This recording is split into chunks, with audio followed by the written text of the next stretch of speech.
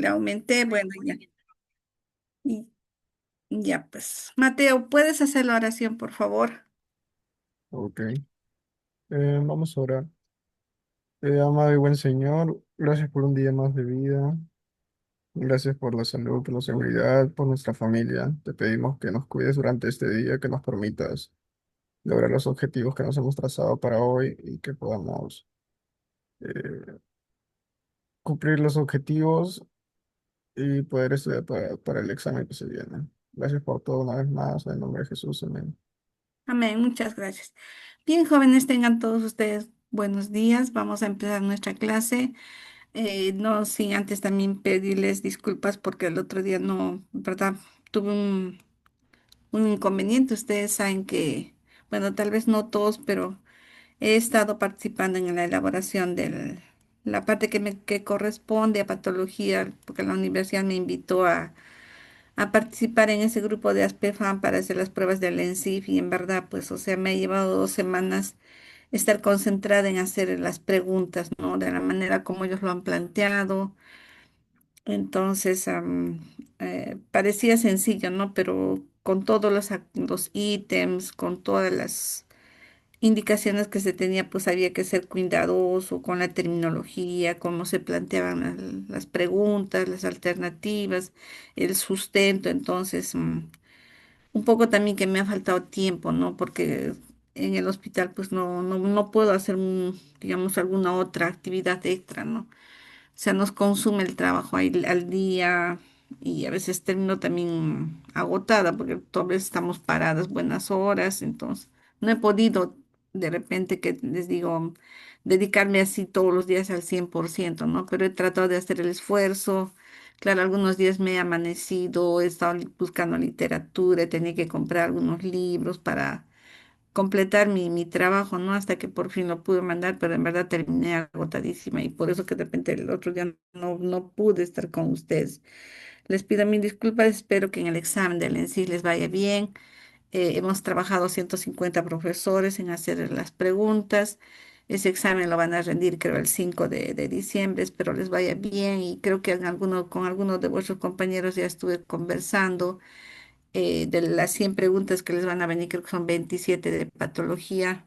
Espero que de las que mando, pues buena parte puedan entrar en el examen, ¿no? Yo planteo más que toda la parte de que hacemos, que son los 7 capítulos, ¿no? Incluidos de repente un poco de gastroenterología, después a la parte pulmonar también ingresar algunas preguntas, pero somos pues 30 profesores a 30 profesores, a cada uno nos han pedido 20 preguntas, entonces súmele de todo ese volumen, escogerán 27, ¿no?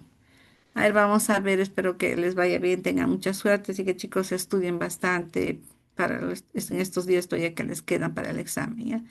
Los libros que nos han pedido referenciales es la última edición del Robin, ¿no? La del 2023 y a su traducción creo que ha salido este año, el 2025. Entonces ese es el libro que nos han pedido de referencia, no, al menos a mí me observaron otra literatura, no me aceptaron.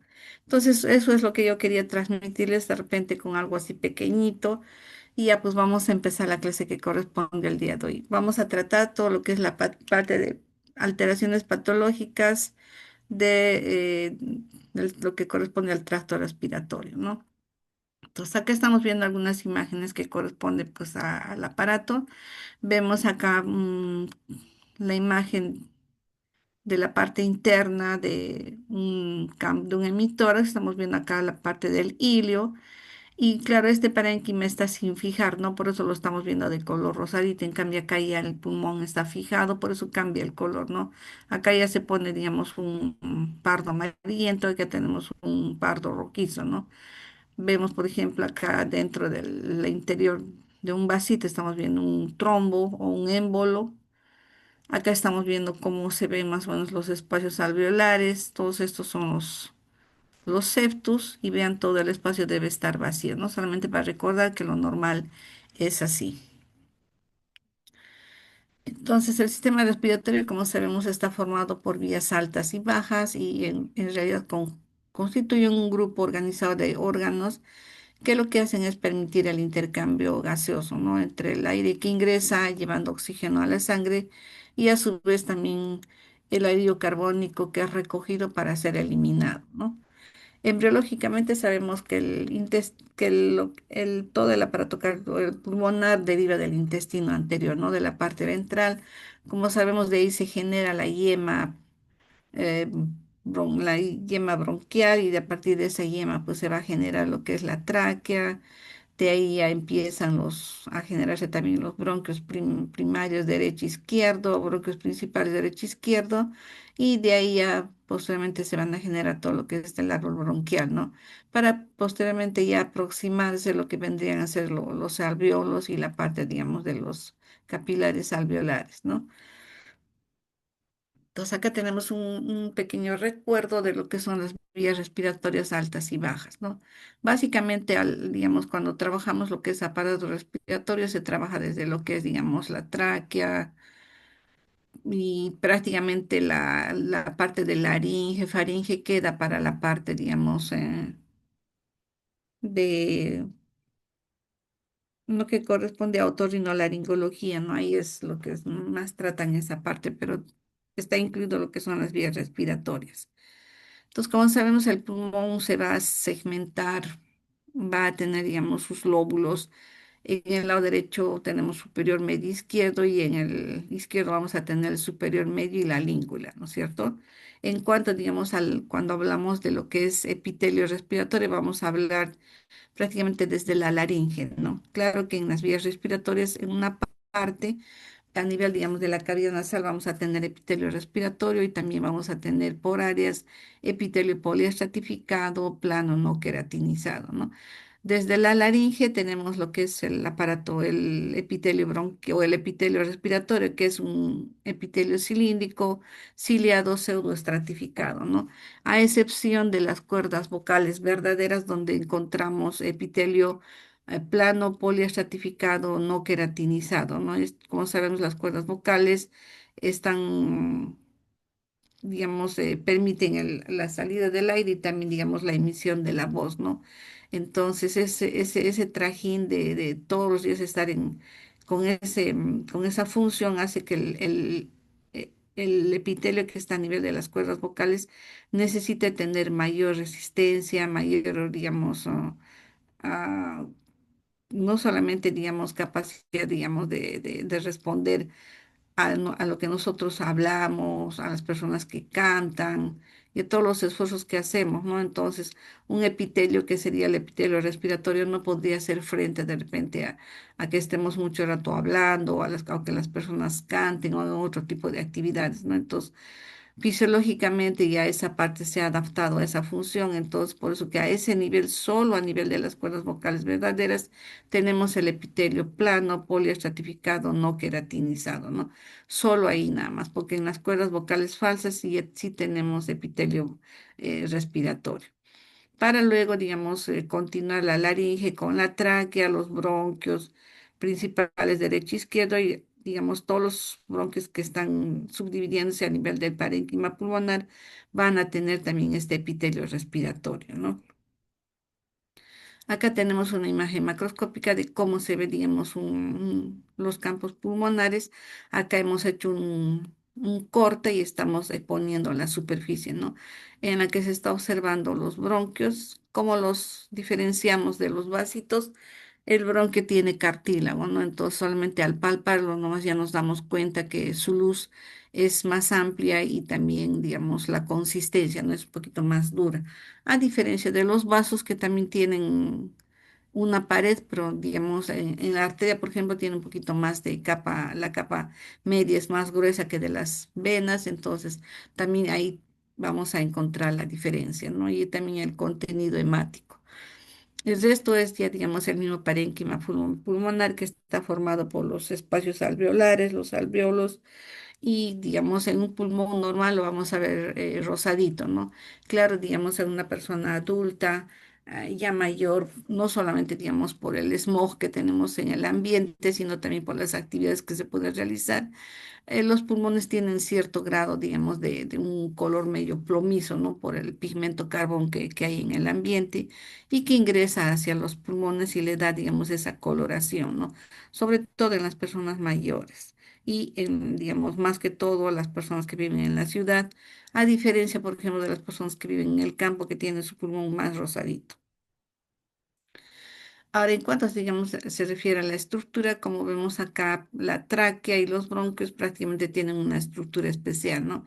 Tienen un anillo cartilaginoso en forma de C y hacia la parte posterior vamos a tener músculo liso, ¿no? Entonces, esto permite, digamos, tanto a la tráquea como a los bronquios tener, digamos, una superficie siempre abierta y permitir, digamos, el ingreso de aire, ¿no? Entonces, este cartílago que tenemos acá, este cartílago hialino, en forma de C, prácticamente hace como que fuera, digamos, una estructura así como un tubo porque en realidad también es un tubo, ¿no? Pero que digamos sus paredes son rígidas, no se cierran, constantemente están, digamos, permeables, abiertas al ingreso de aire, ¿no? Entonces esto va a continuar hasta ciertas divisiones que están dentro del parénquima pulmonar, donde todavía vamos a ver la persistencia de cartílago, iba a tener la misma estructura, ¿no? Cartílago, músculo liso, vamos a ver glándulas seromucosas, vamos a ver el epitelio cilíndrico ciliado pseudoestratificado, ¿no? Que está recubriendo la parte, digamos, interna, el epitelio del bronquio. Entonces, siempre que hacemos mención a epitelio respiratorio, vamos a mencionar al epitelio cilíndrico ciliado pseudoestratificado. Ya. Entonces acá tenemos se ha hecho esta división, lo que es tráquea y bronquios, extrapulmonares, vías de conducción. Luego vamos a ver las vías de transición, ya los bronquios primarios, secundarios y terciarios, ¿no? Y el intercambio gaseoso, como sabemos, lo vamos a realizar a nivel, digamos, de los sacos alveolares y los alveolos. Acá en este esquemita también se ha hecho una división en lo que, digamos, se refiere a la parte, digamos, una vez que ingresa el aire a los pulmones, como sabemos, todavía toda esta parte que tiene cartílago, que tiene músculo liso, y, digamos, el epitelio respiratorio eh, va, digamos, a permitir el ingreso de aire, ¿no? Entonces, hasta, digamos, hasta cierto nivel vamos a ver que existe cartílago, ¿no? Y después ya solamente va a participar ese epitelio que es cilíndrico, ciliado, pseudoestratificado, también va a ir disminuyendo en tamaño celular hasta quedar solo epitelio, ¿no? Cúbico y prácticamente ya a nivel del bronquiolo ya respiratorio, para continuar a los sacos alveolares ya cambia, ¿no? Se hace ya un epitelio plano, donde vamos a, digamos, ya ver que las paredes son más delgadas y el alveolo, prácticamente el septo alveolar, lo que va a tener es ya los neumocitos uno y 2 y el capilar, ¿no? Donde se realiza el intercambio gaseoso. Entonces, esta parte ya final que lo vemos, digamos, como en esta estructura, como que fueran esferas, corresponde a lo que son los alvéolos, ¿no? Y como sabemos también, toda esta parte son como una especie de una malla, de un tul, en el que vemos agujeros vacíos, ¿no? Y eso es porque se realiza el intercambio de aire. Entonces, por eso también cuando se ve en la parte microscópica, vemos espacios aéreos vacíos, ¿no? Huecos vacíos. Y hacemos esa semejanza con el tul porque también son estructuras así como que todo está ordenado, ¿no? En tener espacios simultáneos con el mismo tamaño y la misma distribución, ¿no? Acá tenemos la tráquea, vemos el epitelio respiratorio, forma una especie de pliegues.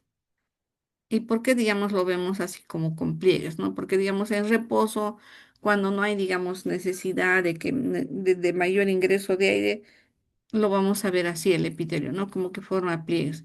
Pero cuando, digamos, hay requerimientos, están haciendo ejercicio o alguna actividad, entonces la tráquea también aumenta su diámetro para permitir el mayor ingreso de aire, ¿no? Y de esa manera también el epitelio se aplana. Entonces acá estamos viendo un epitelio cilíndrico ciliado con células caliciformes, ¿no? Esta es la coloración estándar de hematoxilina eosina, ya que estamos viendo el músculo bronquial.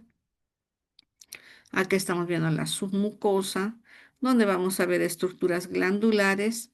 Algunas van a producir material seroso y otras moco, ¿no? Entonces, la tráquea siempre va a tener, digamos, una lubricación y va a estar húmeda, ¿no? Va a permitir el ingreso de aire y si, digamos, por alguna circunstancia ingresara a partículas de polvo o alguna sustancia extraña, los cilios que tiene el epitelio cilíndrico de la tráquea, de los bronquios y el material mucoide también atrapan cualquier cuerpo extraño y es eliminado a través, digamos, del reflejo de la tos y con la expectoración, ¿no?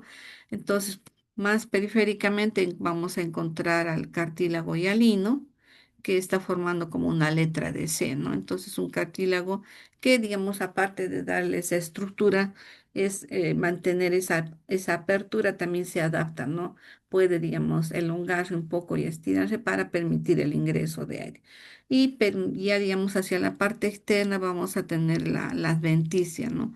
Acá en esta parte externa tenemos solamente tejido conectivo laxo, no hay células mesoteliales, entonces no hay mesotelio, ¿no? Directamente la pared del bronquio va a estar en contacto con el parénquima pulmonar, es decir, con los espacios alveolares, como lo que estamos viendo acá.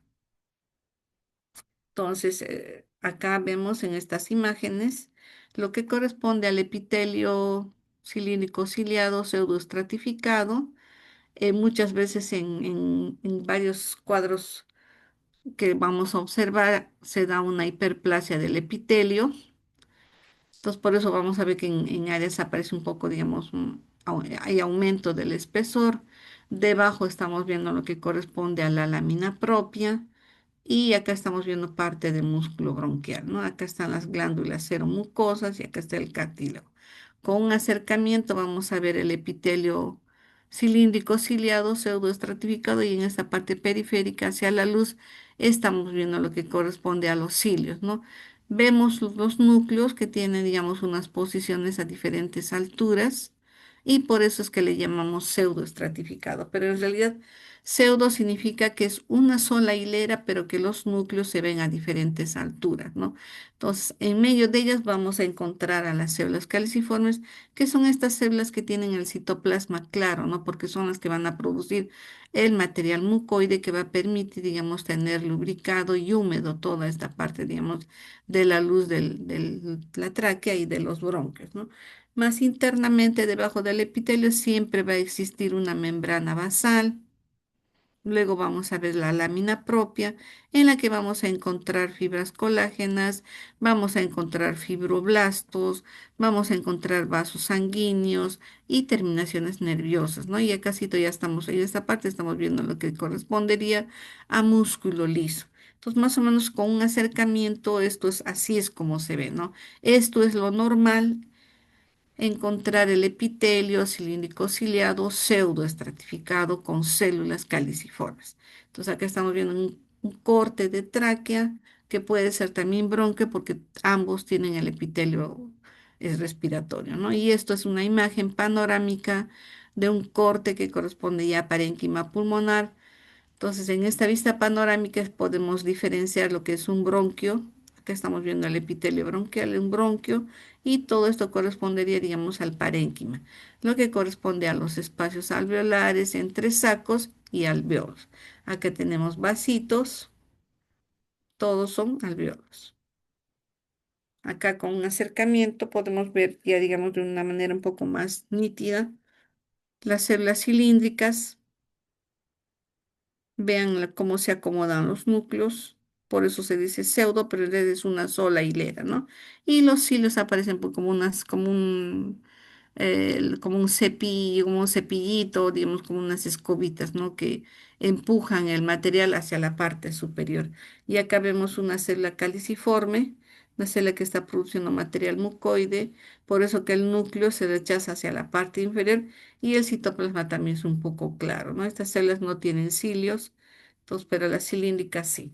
Y acá estaría, digamos, lo que es la lámina propia. Todo este rosadito es, digamos, tejido conectivo laxo. Ahí vemos colágeno, vemos fibroblastos. Acá están los fibroblastos. Más abajo vamos a ver vasitos. A veces hay componente inflamatorio, pero lo normal es encontrar esto. Entonces, una vez que recordamos qué es lo normal, vamos a poder, digamos, distinguir lo patológico, ¿no? Y en este esquemita, cómo es que, digamos, el epitelio va disminuyendo de tamaño. Acá vemos a nivel de los bronquios y de la tráquea. Acá ya vemos cómo a nivel del bronquiolo va disminuyendo el tamaño de las células. Poco a poco van haciéndose, digamos, más cúbicas hasta llegar, digamos, a nivel de los alvéolos, donde vamos a ver el epitelio plano, ¿no? Con los neumocitos uno y 2, ¿no?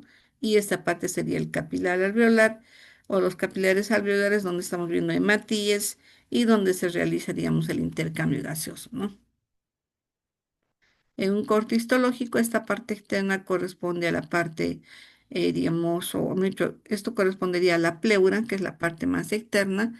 Entonces, esta parte es la pleura visceral porque está pegada al parénquima pulmonar, ¿no? Esta misma cubierta está formada por células mesoteliales. Periféricamente vemos unas células. Acá aparecen los puntitos que serían los núcleos de esas células mesoteliales y forman, digamos, como una delgada hilera de células que cubre al parénquima pulmonar, ¿no? Entonces, estas son las células mesoteliales y más o menos a nivel del hilio se repliegan para formar la pleura parietal, ¿no? Y como sabemos, en medio de ellas hay una escasa cantidad de líquido pleural que también permite el movimiento de los pulmones, ¿no? Acá estamos viendo los espacios alveolares, un saco alveolar y los alveolos, ¿no? Como ustedes pueden distinguir acá son espacios vacíos y en verdad parece una malla, ¿no? Huecos, huecos vacíos.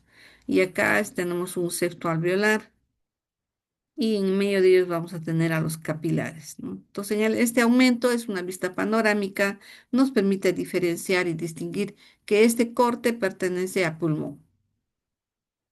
Acá con un acercamiento, los septos alveolares. Acá estamos viendo los neumocitos tipo 2 que son un poquito más poliédricos, más amplios, tienen un citoplasma más amplio, a diferencia de los neumocitos tipo 1, ¿no? Que son más planitos.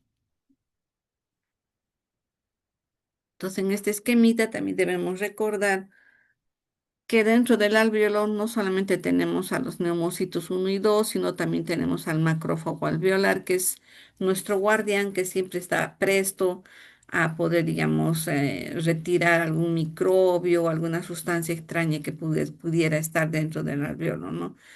Entonces, estos macrófagos alveolares son los que, por ejemplo, se comen el pigmento carbón que entra hacia los pulmones y en su, digamos, muchas veces no se puede, no es suficiente la cantidad de macrófagos para poder eliminar todo el carbón que ingresa a nuestro organismo del ambiente y por ahí es que quedan, ¿no? Atrapados y vamos a ver a nivel del hilio, por ejemplo, ganglios linfáticos negros, porque están ahí, digamos, llenos de macrófagos con pigmento carbón, ¿no? Y también a nivel, digamos, del mismo parénquima pulmonar, vamos a ver áreas que tienen, digamos, de color gris, ¿no? Es porque ha quedado los alvéolos y hay algunas partes del pulmón que se fibrosan y se ven, ¿no? Unas áreas negruzcas que corresponderían a la antracosis. Entonces acá vemos el alvéolo y acá los capilares, ¿no? Donde se realiza el intercambio gaseoso.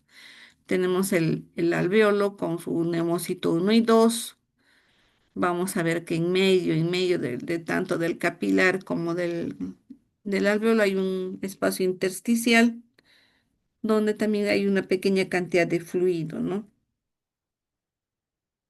Ahora, otra cosa que es importante y que también considero que deben saber, porque se habla siempre de estos procedimientos, es todo lo que se hace para poder llegar al diagnóstico de las diferentes lesiones en los pulmones, en la tráquea y en los bronquios, ¿no? Entonces, los estudios que se realizan y que, digamos, se logra ver es los estudios que corresponden a la parte citológica.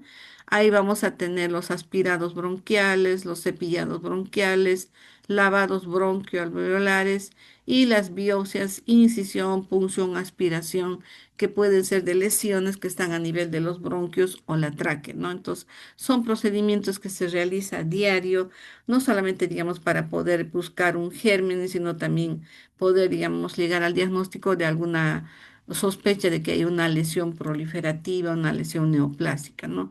Ahora, estos, digamos, todos estos son procedimientos invasivos, se hacen a través del broncofibroscopio, que es una especie de un tubo que deben ya ustedes más o menos saber que ingresan por las vías respiratorias hasta, digamos, el mismo parénquima pulmonar, ¿no? Para poder retirar, digamos, las muestras.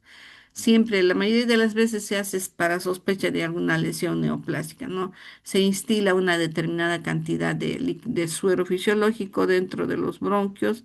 Cuando se ve una lesión, se hace un cepillado con una especie, digamos, es como un cepillo chiquito, ¿no? Es un tubito y en la parte del, digamos, distal tiene unas cerdas como unos pelitos que van a retirar células del epitelio del bronquio, de la tráquea, donde haya la lesión. Eso se extiende directamente sobre la lámina. Esa laminita portaobjeto se fija en alcohol al 100% y eso va, digamos, para estudio citológico, ¿no? Y esta lámina, pues, la que directamente nos va a mostrar a las células alteradas, ¿no? El otro es, digamos, lo que queda de la muestra, se aspira y eso va a constituir el aspirado bronquial, ¿no? Eso también va a patología. Otro que va también son los lavados bronquiales alveolares, cuando, digamos, hay alguna lesión que justifique, digamos, instilar más, tal vez más líquido, y se hace como una especie, digamos, ponen una solución, vuelven a poner otra, y todo ese líquido también va, ¿no? Como muestra de lavado bronquial alveolar. Y las biopsias, incisión, aspiración, punción con aguja fina son, digamos, muestras que se toman con unas pistolas especiales, unos aparatos especiales que ingresan hasta las vías respiratorias, ¿no? Con guía tomográfica generalmente para poder llegar en forma precisa y exacta al lugar de la lesión. Y de esta manera, a través de esta pistola se toman las muestras para estudio histopatológico y se hacen los estudios, ¿no? Ahora, eso, digamos, es lo que corresponde, digamos, a la parte citológica. En cambio, hay otros procedimientos quirúrgicos que incluyen la biopsia Trucut. Entonces, la pipa cuando se hace tiene, digamos, como una pistola, ¿no? En la parte, digamos, distal hacia la punta tiene una aguja que una vez que está dentro ya digamos, del parénquima pulmonar, entra la agujita y como es una aguja que en la parte distal tiene una cuchilla, va a entrar, corta la muestra y retira, ¿no? Como una especie de un cilindro, es retirado y eso se coloca también en formol, ¿no? Esa es la biopsia Trucut con aguja. También se hace la biopsia en cuña, es hacer, digamos, una toracotomía exploratoria, entrar, ver dónde está la lesión y tomar una cuña, ¿no? Para poder, digamos, hacer los cortes, estudios de inmuno y todo, porque las biopsias trucos a veces no son tan buenas, hay poco material, por eso nosotros tenemos bastante cuidado en no desgastar el taco de parafina, ¿no? No hacer muchos cortes, porque a veces se necesita hacer necesariamente estudios de inmunistoquímica para determinar o darle nombre y apellido a los tumores, ¿no? Lo otro que se hace también es ya, digamos, la decisión parcial, se saca segmentos del parénquima pulmonar cuando ya se retira, digamos, tumores o lesiones, ¿no? Que puedan estar causando, digamos, patología clínica en los pacientes. Y la lobectomía sacaría todo un lóbulo o muchas veces todo un hemitórax, ¿no? Todo un pulmón. Acá está la citología que se ve. Esto es un extendido en el que estamos viendo linfocitos y macrófagos alveolares, ¿no? Todos estos son macrófagos alveolares. Como sabemos, son los monocitos que llegan al pulmón y toman la denominación de macrófago alveolar.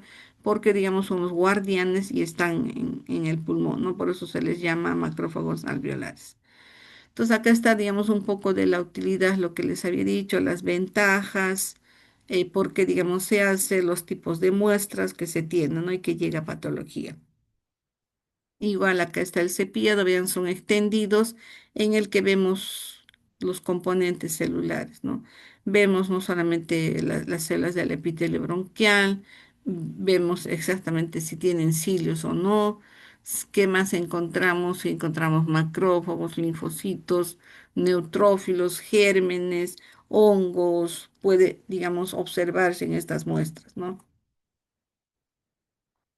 Y acá está, digamos, cómo se ingresa hacia los pulmones. Esto es el arco del broncofibroscopio.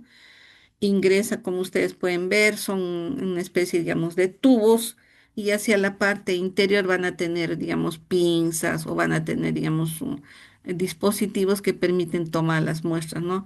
Estamos viendo acá a través, digamos, de una pantalla, se ve cómo se ingresa hasta la zona de lesión y también hay, digamos, la opción de estos equipos tienen, algunas veces tienen un ecógrafo, ¿no? Entonces el ecógrafo más o menos también digamos, por ultrasonido nos está indicando qué órganos están, digamos, adyacentes, ¿no?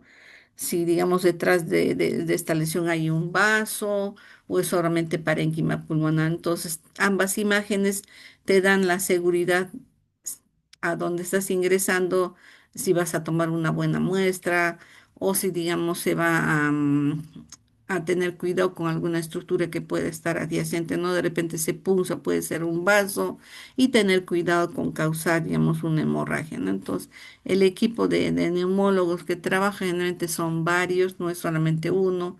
Entonces, incluso el apoyo del personal de enfermería es importante porque mientras los médicos están tratando de sacar las muestras, ellas van aspirando todo el material, ¿no? Porque lo hacen, digamos, con el paciente semidespierto, ¿no? Les instilan una cantidad de diazepam para que puedan estar un poco más tranquilos y permitir, digamos, porque estos tubos ingresan por la boca hasta los bronquios, ¿no? Entonces, de esa manera se logra trabajar y se sacan las muestras. Y las biopsias con aguja fina, vean con guía tomográfica se ingresa, esta es la guía, la aguja que está ingresando.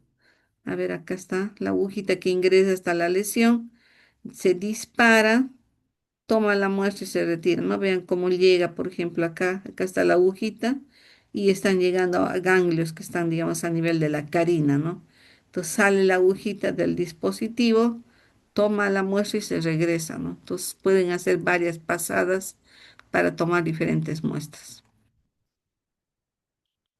Y otro estudio que también se utiliza bastante, digamos, en lo que es el, el estudio, digamos, son los estudios de inmunistoquímica, ¿no? Que, no, digamos, nos va a ayudar porque va a pintar la célula neoplásica, ¿no? Porque ustedes saben que el pulmón es un lugar también donde hay secundarismo, donde hay metástasis, llegan lesiones tumorales de otros órganos y muchas veces encontramos un adenocarcinoma que no sabemos si es primario o no de pulmón. Entonces, estas coloraciones, la anapsina A y la TTF1, ambos son, digamos, son marcadores de inmunohistoquímica que nos permiten, digamos, confirmar si la lesión es primaria de pulmón. Entonces, eso también tienen que saber, ¿ya? ¿Y qué es lo que va a pintar? La inmuno pinta directamente a la célula que se ha marcado, que son los neumocitos tipo 2, pero también va a pintar los macrófagos alveolares, ¿no? Entonces, por eso que vemos acá a nivel de este es un septo y acá se está pintando los núcleos estos que son grandecitos acá son los de los monocitos tipo 2. Otra coloración es también la citoqueratina, que pinta el epitelio, acá como estamos viendo. También ayuda para, digamos, confirmar el diagnóstico. Y acá tenemos el TTF1, ¿no? Que también va a pintar a las células del epitelio de los alveolos, ¿no? Entonces, ambas coloraciones tanto, digamos, la citoqueratina y TTF1 y la napsina nos ayudan, digamos, a marcar o a confirmar si la neoplasia es primaria de pulmón, ¿no? Sobre todo TTF1 y napsina, que son, digamos, ya específicas para neoplasias primarias de pulmón. Entonces, una vez que nos hemos ubicado en esta parte general, vamos a empezar a ver lo que es la patología y a reconocer las diferentes lesiones, ¿no? Entonces, acá vamos a empezar con lo que es, digamos, la atelectasia pulmonar. Como sabemos, la atelectasia va a ser, digamos, básicamente es una disminución cuando nosotros vemos, digamos, una placa radiográfica. Vamos a ver, digamos, una disminución de los campos pulmonares, ¿no? Entonces, esto puede ser, digamos, causado por diferentes causas y básicamente se define como la expansión incompleta o colapso de los alvéolos, sacos alveolares ya insuflados, ¿no? Ahora, esta atelectasia tiene, digamos, dos presentaciones. Una que es, digamos, cuando son recién nacidos, ahí tenemos la atelectasia neonatal, en la que el pulmón no ha tenido, digamos, no ha madurado, no ha habido, digamos, una cantidad suficiente de surfactante que haya permitido que los alvéolos estén listos para poder, digamos, producir el intercambio gaseoso, ¿no? Entonces, muchas veces los bebés nacen y pueden ser, digamos, antes de las 35 semanas, entonces los alvéolos ya no están preparados para poder, digamos, o no tienen la cantidad suficiente de surfactante, entonces no van a permitir, digamos, la estabilidad o la apertura de los alvéolos para poder realizar el intercambio gaseoso, ¿no? Entonces, son prácticamente, los alvéolos están todavía colapsados, no están, digamos, abiertos y los pulmones no ventilan, ¿no? Entonces, en ese caso, por ejemplo, cuando se ve óbitos fetales, supuestamente por esta causa, lo que hacemos es, una vez que retiramos en la necropsia los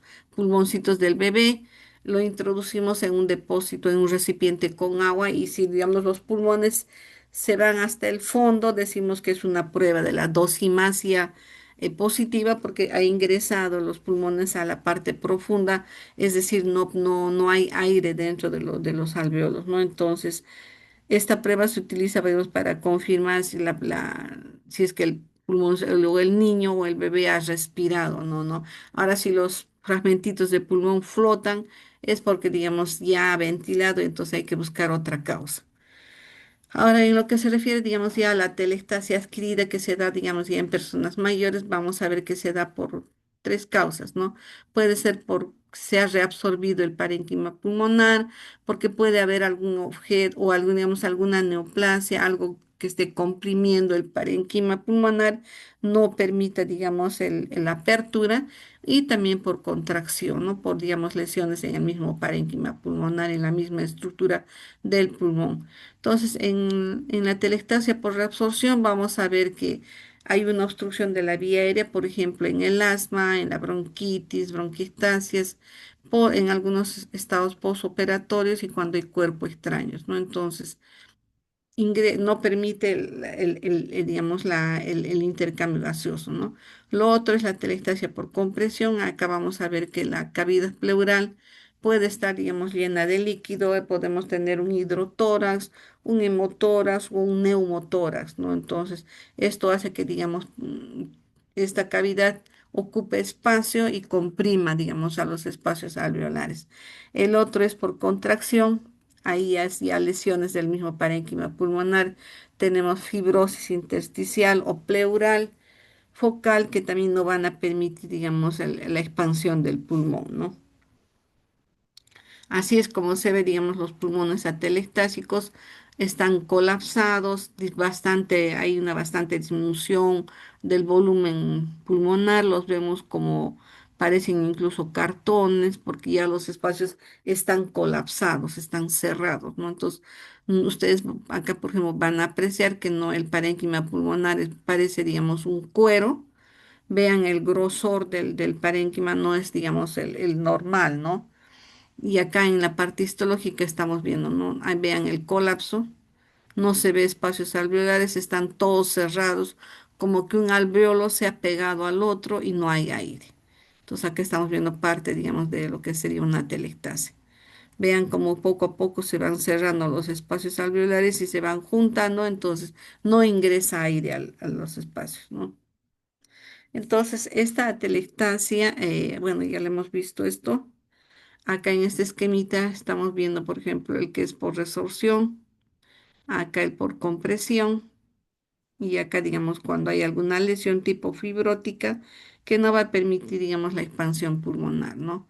Cuando hay, digamos, por resorción puede haber, digamos, un cuerpo extraño que ingrese, puede ser, digamos, incluso acá el crecimiento de alguna lesión tumoral o algún cuerpo extraño que ingrese y poco a poco no va a permitir el ingreso de aire hacia las vías, hacia los espacios alveolares, ¿no? Esto sería cuando hay un hidrotórax, un neumotórax, un hemotórax en la cavidad pleural, ¿no? A ver, muchas veces al estar haciendo, por ejemplo, procedimientos eh, para, digamos, tener una muestra o tomar una biopsia, a veces digamos, se lesiona la pleura o la misma pleura visceral y rompemos alvéolos, ¿no? Entonces hay salida de aire hacia al espacio pleural y se puede producir un neumotórax iatrogénico, ¿no? Entonces esto inmediatamente se tiene que corregir o muchas veces suspender, digamos, el procedimiento, ¿no? Para tomar la muestra. A veces cuando se toma una BIPA, una biopsia, impunción, incisión del parénquima pulmonar, puede pasar esta contingencia, entonces hay que tener bastante cuidado, ¿no? Por eso que al realizar estos procedimientos, pues se hace con guía, con el apoyo del tomógrafo, que es el que va a precisar con mayor, digamos, exactitud las distancias, ¿no? No solamente desde la piel hasta, digamos, el tejido celular subcutáneo, la pleura o las costillas, los músculos intercostales y dónde también está la lesión, ¿no? La distancia desde fuera hasta la misma lesión digamos, los niveles, ¿no? Si alguien quiere preguntar algo, mm, ya, sigamos entonces. Y acá está digamos, la parte de la contracción, ¿no? Generalmente son cuadros de fibrosis en la que ya prácticamente el parénquima pulmonar interiormente hay, digamos, tractos fibrosos, hay disminución de los mismos espacios alveolares, entonces el pulmón está más pequeño, ¿no? Y eso lo vemos, por ejemplo, en secuelas de tuberculosis, lo vemos, digamos, cuando hay fibrosis por el ingreso en las neumoconiosis, ahí también vamos a observar ese tipo de atelectasia. Radiológicamente, ustedes ya saben, bueno, también es parte, digamos, de los exámenes que se debe manejar y esto también se ha hecho bastante hincapié, ¿no? Que ustedes deben, digamos, ya tener cierto dominio de hacer la lectura, no solamente de una radiografía, sino también, digamos, de una tomografía, ¿no? Estar ubicados de dónde puede estar la lesión, qué es, digamos, qué significa el refuerzo de la trama la trama bronquial o qué significan las imágenes hipoecoicas, hiperecoicas, eso tienen que saber, entonces es parte, digamos, de la clínica que tiene el paciente y de lo que ustedes tienen que integrar, no solamente a lo que el paciente les refiere, sino también a lo que ustedes están viendo, ¿no? Entonces tienen que hacer tienen que cruzar información con la clínica, la parte del todo lo que son exámenes auxiliares, ahí están las placas radiográficas y todo lo que corresponde también a los exámenes de laboratorio, ¿no? Entonces hay que hacer, digamos, una correlación, ¿no? Y es lo que, digamos, por ejemplo, en muchas de las preguntas que se ha realizado, se tenía que poner en forma, digamos, bien precisa qué es lo que se veía en una placa radiográfica, si la tomografía te estaba ubicando una lesión, a qué nivel era un nivel, digamos, a nivel del ápice pulmonar, a nivel del bronquio, digamos, estaba a nivel de los senos costodiafragmáticos, costofrénicos, dónde estaba, ¿no? Entonces, eso es también algo que ustedes tienen que saber, ¿no? Como por ejemplo, acá estamos viendo, ¿no? En la telectasia, como sabemos, el pulmón que está dañado va a, digamos, a jalar las estructuras, no solamente la tráquea se va a desviar hacia ese lado y vamos a ver una disminución del parénquima pulmonar, ¿no? En comparación al otro hemitórax. Acá vemos que el pulmón se está, digamos, haciendo más pequeño, se está colapsándose, ¿no? Y la tráquea también se desvía a ese lado. Entonces, algo que nosotros también tenemos que interpretar en una radiografía, ¿no? Y acá también en la tomografía ver igual, de igual forma, ¿no? Ver, digamos, si es que hay infiltrado, si es que hay manchas algodonosas o todos los términos también que se manejan, digamos, en la lectura de estas, de estos exámenes de ayuda diagnóstica. Ahora, la otra patología que también tenemos que tener en cuenta es el edema, ¿no? Como sabemos, al hablar de edema pulmonar siempre recordamos, ¿no? Si es cardiogénico o no es cardiogénico. Entonces, la mayoría vamos a ver, o sea, buena parte, digamos, de los cuadros de edema pulmonar que se producen, uno, cuando hay, digamos, infarto de miocardio o, digamos, también cuando hay alguna otra patología, ¿no? De insuficiencia cardíaca. Entonces, ahí vamos a observar que los pacientes tienen, digamos, la sintomatología clásica, ¿no? De disnea, sensación de falta de aire, dolor. Entonces, con la ayuda de la radiografía y la clínica también podemos llegar al diagnóstico, ¿no es cierto? Entonces, además debemos recordar que es la acumulación de líquido en el espacio intraalveolar, ¿no? Que puede ser secundario al aumento de la presión hidrostática. Como sabemos, dentro de los vasos hay una presión, ¿no? Digamos, cuando los fluidos están en funcionamiento, ¿no? Entonces, el agua que tiene, digamos, la sangre y las proteínas que también hay en la sangre van a hacer que haya un equilibrio entre la presión, digamos, hidrostática y la presión oncótica, ¿no? Entonces, de esa manera, todo se maneja, digamos, o todo tiene, digamos, una homeostasis, un equilibrio, ¿no? Cuando hay, digamos, una alteración, puede ser, digamos, aumento de volumen. Esto va a hacer que, digamos, aumente la presión hidrostática y haya la necesidad de que el fluido vaya al intersticio, ¿no? Entonces, de esa manera también se produce el edema. Otro puede ser, digamos, por una disminución de la presión oncótica, también va a contribuir a que el fluido pase al intersticio, ¿no? Entonces, también cuando hay, digamos, lesiones por cuadros infecciosos, ahí también se puede producir el edema, ¿no? Ahora también se puede producir edema cuando, digamos, las personas pueden ir a la sierra, cambiar de presión, ahí también puede haber, digamos, un efecto en que se pueda producir un edema pulmonar, ¿no? Microscópicamente y tanto macroscópicamente tiene, digamos, su expresión, ¿no? ¿Cómo vamos a verlo, digamos, cuando vemos un pulmón, eh, digamos, puede que se haya retirado de ninguna necropsia, ¿no? ¿Cómo lo vemos los pulmones? Los vamos a ver más grandes, aumentados, digamos, de volumen y nos va a dar la sensación de que los pulmones son más grandes y pesan, ¿no? Entonces se ve como pulmones que son pesados. Algunas veces también se les llama pulmones encharcados porque están llenos de fluido, ¿no? Y tienen una coloración rojiza. A la microscopía lo que vamos a observar es la presencia de un material proteináceo de un color medio eosinófilo, medio rosadito, homogéneo dentro de los espacios alveolares, ¿no? Al mismo tiempo también vamos a observar que los capilares están congestivos y puede haber, digamos, un grado de inflamación a nivel del septo. También puede haber, digamos, depósito de fibrina dependiendo a qué corresponde el cuadro clínico, ¿no? Acá vemos el edema, cómo se interpreta, ¿no? Como este infiltrado. Casi siempre nos hablan de esa forma que se da, ¿no? En alas de mariposa. Y acá tenemos la clasificación, digamos, de las causas de edema pulmonar, ¿no? Histológicamente lo vamos a ver así. Acá tenemos un corte en el que estamos viendo, digamos, con 40X. Estamos viendo los espacios alveolares. Esto sería un saco alveolar. Y acá tenemos los alvéolos, ¿no? Acá tenemos los septos alveolares. Vean, los capilares están congestivos, se ven dilatados, llenos de matíes, al igual, digamos, que el resto de los capilares, ¿no? Que están llenos de matíes. Y dentro del alvéolo, donde habíamos visto que era vacío, transparente, estamos viendo la presencia de este material proteináceo, ¿no? Entonces, por eso se ve de color rosadito con esta coloración de hematoxilina, eosina, ¿no? Ahora, algunas veces puede ser solo agua, Entonces, cuando es solo agua, lo vamos a ver, digamos, transparente, no va a tener, digamos, esta coloración. Cuando lo vemos así, cuando hay una determinada cantidad de proteínas, ¿no?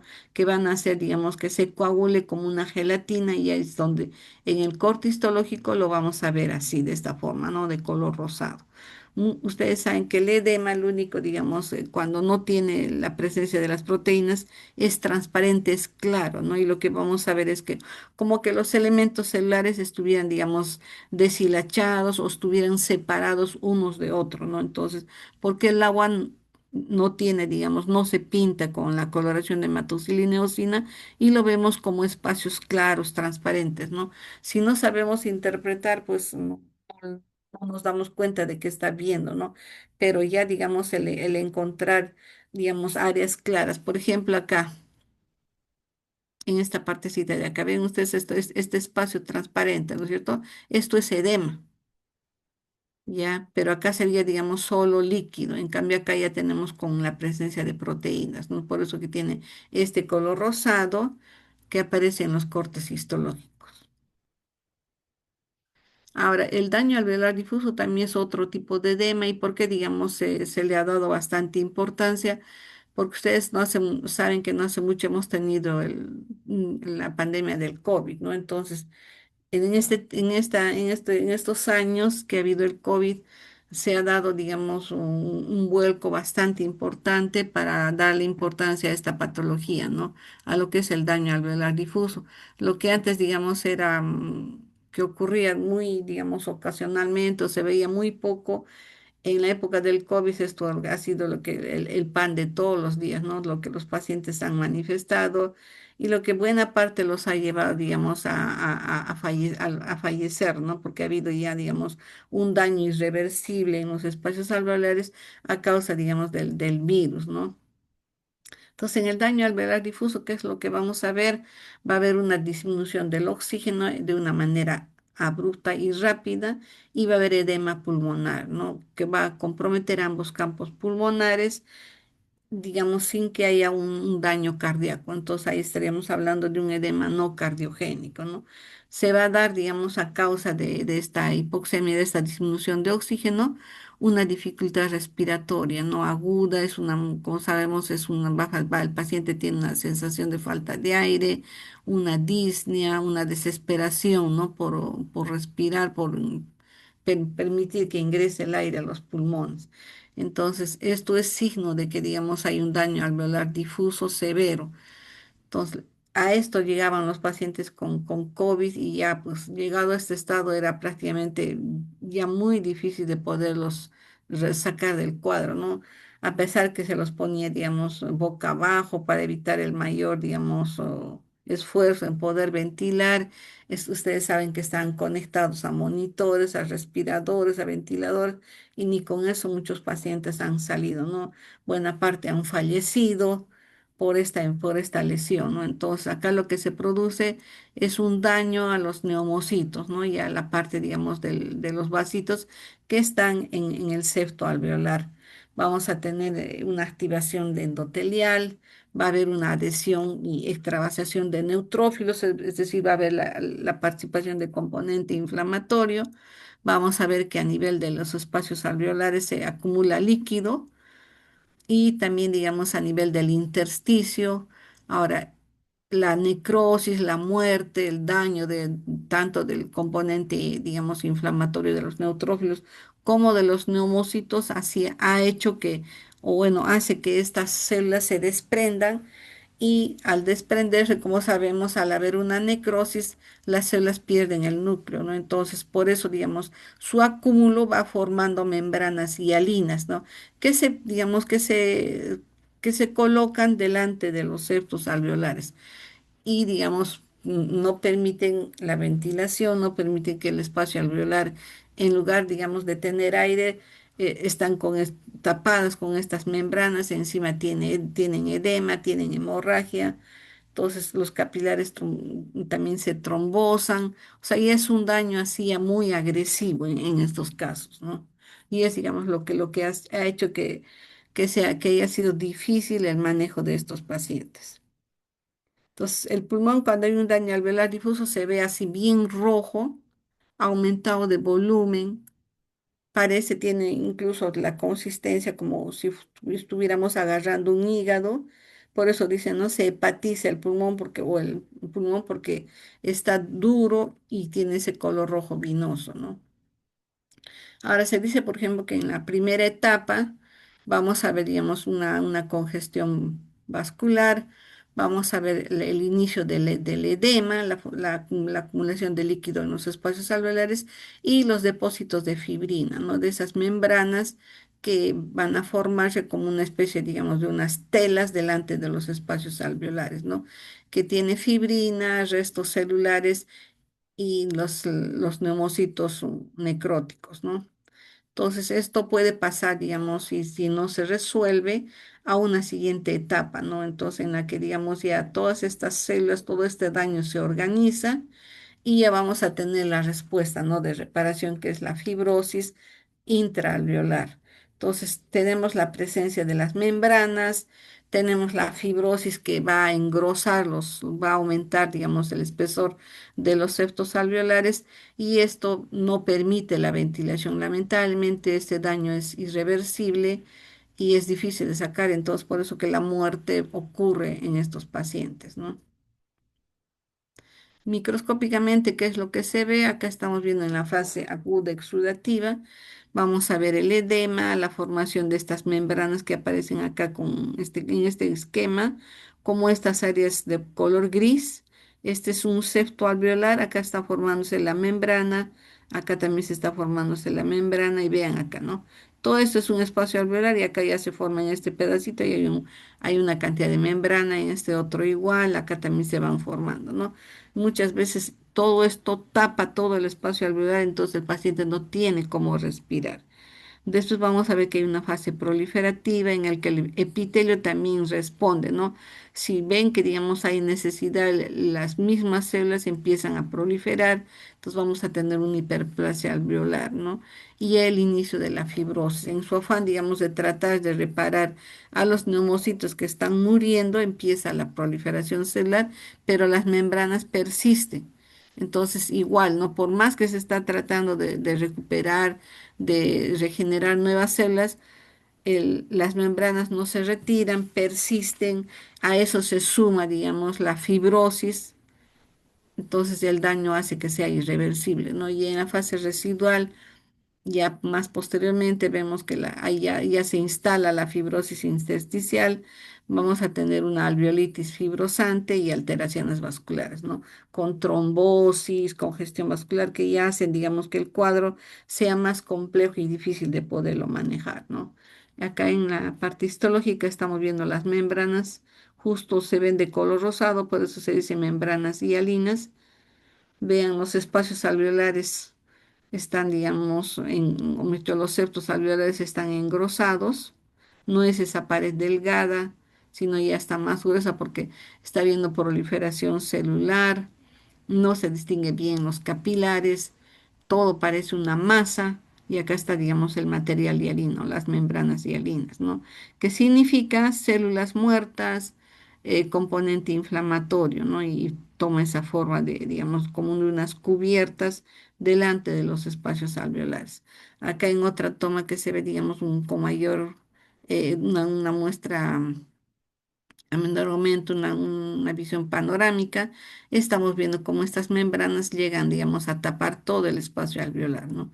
Se ponen delante impidiendo, digamos, que el aire que ingresa trayendo oxígeno pueda realizarse el intercambio gaseoso, ¿no? Ven los capilares, están llenos, vean cómo la pared del alveolo también está gruesa, no solamente por la presencia de los vasitos congestivos, sino el componente inflamatorio, ¿no?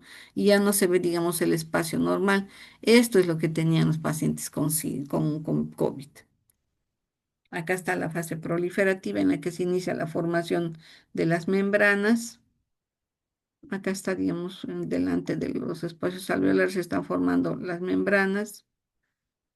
Algunas veces, digamos, se puede, digamos, evidenciar estas membranas con algunas coloraciones que nos ayudan, digamos, a precisar más, ¿no? Por ejemplo, la tricrómica nos va a permitir ver ya, digamos, la instalación de la fibrosis en los septos. Como ustedes pueden ver, este es el espacio alveolar, miren acá los septos, ni siquiera se puede distinguir, están gruesos, este es un alveolo y este es otro.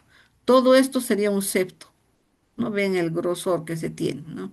Aumenta el espesor, hay bastante componente inflamatorio, y entonces, ¿por dónde va a respirar el paciente? No hay mucho espacio. Entonces, esta dificultad es lo que hace que los pacientes tengan esa necesidad, esa sensación de falta de aire, ¿no? Y ya en la fase residual prácticamente ya la fibrosis está instalada. Esto es un daño ya irreversible y es como muchos pacientes han quedado, no han quedado con secuela pulmonar. Los pacientes han entrado en un proceso, digamos, de rehabilitación. Ustedes habrán escuchado que les hacen soplar globos, que, digamos, en una forma periódica son examinados, se les hace su espirometría y se les toma también sus exámenes de ayuda diagnóstica, ¿no? Para ver cómo están los campos pulmonares, si se están expandiendo, ¿no? Tratando de que los alvéolos que quedan, pues, se puedan abrir y el paciente pueda respirar mejor, ¿no? Pero son pacientes pues que ya no pueden, muchas veces, muchos de ellos ya no pueden realizar sus actividades normales porque están con su capacidad disminuida, ¿no? Ya no pueden caminar mucho, no pueden subir gradas, no pueden hacer otras actividades, ¿no? Han quedado con esta secuela. Acá vemos, digamos, en este cortecito, un alveolo, estamos viendo hacia este lado, lo que sería, digamos, normal. Ordenadito el epitelio bronquial. Acá tenemos ya, digamos, los espacios alveolares, tenemos a los neumocitos, tenemos nuestro macrófago alveolar, su neumocito tipo 2, lo que son neumocitos tipo 1, ¿no? Esto es lo normal, vean un espacio vacío, libre, y cuando se produce, digamos, esta lesión del daño alveolar, vemos, ¿no? Cómo los neumocitos también mueren, se necrosan y empiezan digamos, a desprenderse de acá de la pared del alveolo y mueren, ¿no? A esto se suma que, digamos, empieza, digamos, a venir otros componentes como son, digamos, los mediadores de la inflamación, ya se produce, digamos, una presencia masiva ya de componente inflamatorio, neutrófilos, linfocitos, y se inicia la fibrosis, ¿no? Entonces, todo esto hace que la membrana también se altere y se empiecen a formar estas membranas hialinas, ¿no? Aquí está cómo se ve, digamos, vean cómo se daña la pared de lo que, digamos, vemos neumocitos unidos normal. Acá ya no distinguimos porque estas células mueren, ¿no? Y en su lugar está viendo, digamos, una fibrosis, una reparación del tejido que se ha dañado. Histológicamente, ya nuevamente acá para ver estas membranas hialinas delante de las paredes alveolares. Y vean el componente inflamatorio, edema. Esto transparente es edema. Acá hay componente inflamatorio, igual acá ven, ni siquiera se distingue bien un espacio alveolar, ¿no? Entonces, están comprometidos, están dañados por el componente inflamatorio y la fibrosis, ¿no? Entonces, esto es lo que, digamos, los pacientes no se ha podido, digamos, recuperar y esto es lo que los lleva, digamos, a la muerte, ¿no? Claro que muchos de ellos, por ejemplo, demoraban, han estado meses o han estado semanas, ¿no? Tratando de que todo este proceso se pueda resolver sin respuesta, ¿no? Y muchos han quedado así. Hay mucha gente que ha quedado así con secuela y ha tenido que cambiar su actividad, hacer otro tipo digamos, de trabajo para no movilizarse mucho y no exigir, ¿no? Porque sus pulmones tampoco no le permiten, digamos, respirar porque están así fibrosados, ¿no? Entonces, ahora entrando a otro grupo de enfermedades, vamos a ver, creo que son las EPOC. Ese es un grupo de enfermedades en la que hay una obstrucción parcial o completa del flujo del aire a cualquier nivel, desde la tráquea hasta los bronquios de menor calibre, no los bronquiolos. Entonces, ahí tenemos a las bronquitis crónicas, al enfisema, tenemos al asma bronquial, a la bronquitas y bronquiolitis. Entonces, se dice que estas enfermedades están dentro de lo que son las neumopatías obstructivas. Y vamos a ver, por ejemplo, en el enfisema, que el enfisema es, digamos, una inflamación de las vías respiratorias, del mismo parénquima pulmonar, incluidos los vasos pulmonares, ¿no? Entonces acá los alvéolos están dilatados, están bien abiertos, distendidos, llegan incluso a formar como una especie de globos o lo que llamamos también las bulas enfisematosas, ¿no? Las paredes de los alvéolos se hacen más delgadas y muchas veces se rompen, ¿no? Entonces, al romperse, nos da la impresión que los espacios alveolares estuvieran más abiertos, no tuvieran más espacio, pero en realidad sus paredes también se han adelgazado, ¿no?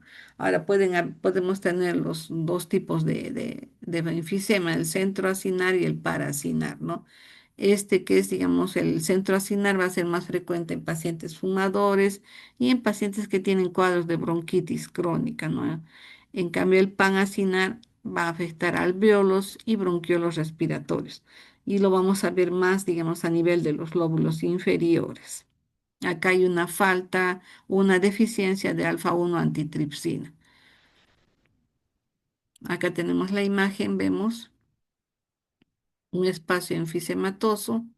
Vean, lo normal es ver así los espacios alveolares, ¿no? Pero cuando hay enfisema, ya vemos, ¿no? Dilatación, es como que se está formando unas bolsas, los espacios son más amplios y vemos que se ha perdido esa división, ya no vemos esa malla, vemos huecos amplios, vacíos, ¿no? Acá vemos por parches la ruptura de estas paredes alveolares, acá mayor aumento, ven, se hacen más amplios, ¿no? Entonces poco a poco así se va comprometiéndose y vemos, ¿no? Como el parénquima pulmonar se va dañándose. Otro cuadro dentro de este grupo es la bronquitis crónica. Como sabemos, este es un cuadro periódico que va dañando también el parénquima pulmonar, ¿no? Entonces va a tener ciertas características tanto macroscópicas y microscópicas. Si tenemos opción de ver un pulmón directo o también, digamos, las biopsias, ¿no? Y en la parte microscópica igualmente vamos a poder reconocer las lesiones que se dan.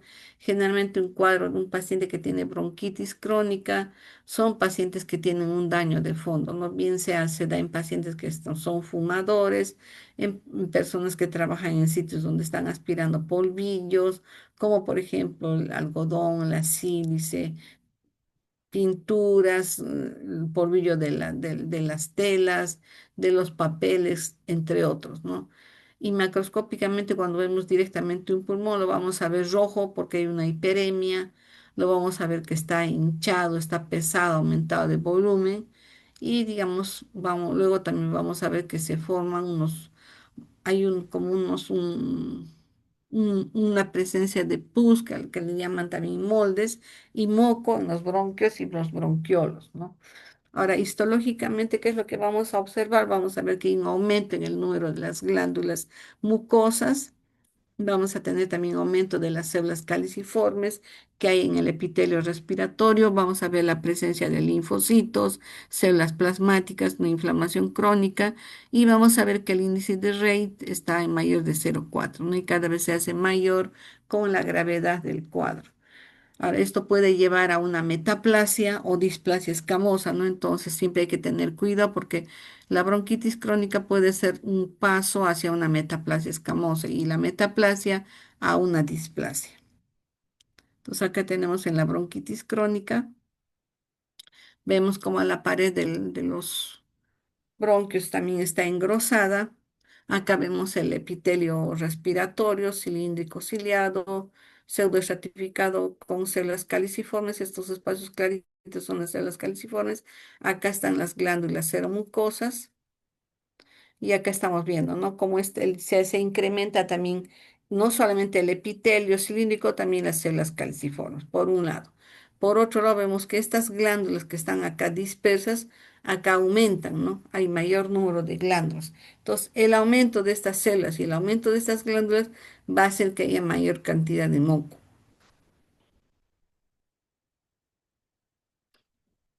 Y se forman estos tapones mucosos en la luz de los bronquios y va a haber también un componente inflamatorio, ¿no? Formándose un exudado purulento.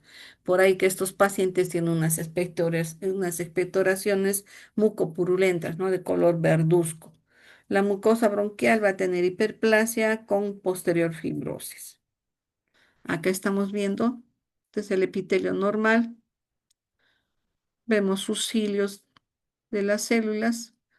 Esta es la parte de la lámina propia. Vean, las glándulas no están no son muy abundantes o tan dispersas. En cambio, digamos, cuando hay una bronquitis crónica, vean cómo aumenta el epitelio y las células caliciformes, ¿no? Entonces, todo esto hace que se produzca mayor cantidad de moco. Esto es del epitelio y las glándulas también aumentan, ¿no? De lo que son pequeñas pueden dilatarse, hacerse ectásicas, tener mayor, digamos, cantidad de moco en su interior incluso, ¿no? Y otra cosa que también vemos es la congestión que hay en los vasitos, el componente inflamatorio, que al final muchas veces queda permanente, no se les pasa el cuadro a los pacientes, muchas veces, digamos, no dejan de fumar, persisten con digamos, fumando, o gente que, digamos, se le pasa el cuadro y regresa al mismo trabajo, ¿no? A estar nuevamente están en contacto o oliendo los polvillos, los químicos o sustancias tóxicas y nuevamente el cuadro también persiste, no se revierte, porque el agente agresor continúa. Entonces acá estamos viendo, vean los macrófagos alveolares, el componente inflamatorio que se da muchas veces es muy denso y esto se ve, digamos, en la pared del bronquio, ¿no? Bastante componente inflamatorio y bastantes macrófagos. Entonces, otro cuadro que también vamos a ver dentro de este grupo, o sea, es el asma bronquial. Como sabemos, este es un trastorno inflamatorio crónico de las vías respiratorias con hiperreactividad del bronquio, ¿no? Entonces, acá lo que vamos a tener es una broncoconstricción. El bronquio va a ponerse, digamos, va a disminuir de su volumen y esto va a contribuir a que, digamos, estos pacientes tengan también esa sensación de falta de aire, ¿no? Y la tos que se les produce. Acá vemos igualmente también que hay una inflamación y de la pared de la pared del bronquio y también vamos a ver una hipersecreción de moco, ¿no? Acá la diferencia, por ejemplo, con la bronquitis crónica es que en el asma bronquial vamos a tener un moco más denso, más, digamos, más espeso y no es, digamos, no tiene la cantidad de fluido, ¿no? Entonces eso hace que la densidad también sea más difícil de poderla movilizar, ¿no? En el asma sabemos que puede ser un asma atópico, en el que, digamos, hay el antecedente de haber estado en contacto con algún alergeno, o cuadros también que no son, digamos, atópicos, ¿no? Entonces ahí tenemos la sensibilización, por ejemplo, a los alergenos, la gente que trabaja con polvillos, con sustancias tóxicas, entre otros, ¿no? Y como vamos a ver en el asma, los pulmones los vamos a ver más grandes porque están hiperinsuflados con pequeñas zonas de atelectasia, ¿no? Porque el aire que ingresa muchas veces es atrapado y no sale al exterior, ¿no? Entonces esto hace que los espacios también se dilaten y muchas veces se rompan. Aparte vamos a ver, digamos, que los bronquios están llenos de ese material mucoide, ese material que es denso, que va incluso impedir, digamos, el fluido de aire, ¿no? Que ingrese a los pulmones. Y microscópicamente vamos a ver esos tapones de moco con remolinos de células epiteliales que son los que van a formar los espirales de Krushman, ¿no? Y que vemos que están, digamos, en la pared del bronquio. Acá básicamente son pulmones más grandes, por eso que los vemos, ¿no? Cuando incluso se hace el examen, vemos que, digamos, los ruidos hidrales están más, digamos, se nota que el pulmón no está solamente, digamos, en el límite que debe, sino va más abajo. Vamos a ver que los bronquios están tapados con estos tapones mucosos, las paredes están gruesas, con fibrosis, mayor presencia de vasitos, la hiperplasia, como vuelvo a repetir, de las glándulas mucosas, la metaplasia escamosa que se da en el epitelio y el aumento de grosor del músculo bronquial. Acá vemos los pulmones en el asma son más grandes, más pesados, están hiperinsuflados, ¿no? Y dentro de estos pulmones lo que se ve acá es ese tapón mucoso que incluso por el tiempo se ha llegado a formar, digamos, como si fueran unas figuras que se forman dentro de la luz de las vías respiratorias, ¿no? Entonces, ven, adoptan la forma muchas veces de la luz de los bronquios y tienen y se ve, digamos, con esa forma, ¿no? Parece que estuvieran acá unas cuerdas dentro en la luz de los bronquios. Este es una muestra que corresponde a una necrosis. Estamos viendo que se ha aperturado el peto external. Acá está el mediastino con el corazón y acá están los dos campos pulmonares. Vemos acá la hiperplasia del epitelio. Vean cómo aumentan las células. El músculo también tiene más hileras. Ese es otro corte, ya digamos, con un mayor acercamiento. Vean, ¿no? De lo que normalmente encontramos que había, digamos, mayor proporción de células cilíndricas y menor de células caliciformes. Acá vemos, ¿no? Todo aumenta, todo crece, digamos, de una manera desordenada, ¿no? Entonces, de esto hace que, digamos, la pared del bronquio también se vea más gruesa, ¿no? Y vemos acá el componente inflamatorio que hay acá alrededor. Acá estamos viendo eosinófilos en mayor proporción, característico también del asma, ¿no? Junto con linfocitos y también podemos encontrar células plasmáticas, ¿no? A mayor aumento, vean el epitelio bronquial, mayor cantidad de células caliciformes, hiperplásico. Acá estamos viendo el componente inflamatorio con abundantes eosinófilos. Vemos la hipertrofia del músculo bronquial, se ve más grueso. Acá estamos viéndolo histológicamente el componente inflamatorio, básicamente son eosinófilos, acá en esta imagen. En esta otra estamos viendo los cristales de Charcot-Leyden, que vienen a ser, digamos, derivados de la degradación de los gránulos eosinófilos, por eso se ve, digamos, de un color medio rojito, ¿no? Acá otro igual, casi similar, vean, todavía nos queda músculo bronquial, nos queda, digamos, algo de epitelio.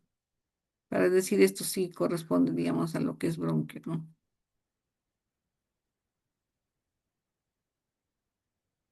Acá tenemos los espirales. En verdad se parece como unas cintas, ¿no? Que están encarrujadas, algo así. La otra lesión que vamos a ver es en la bronquiectasia pulmonar.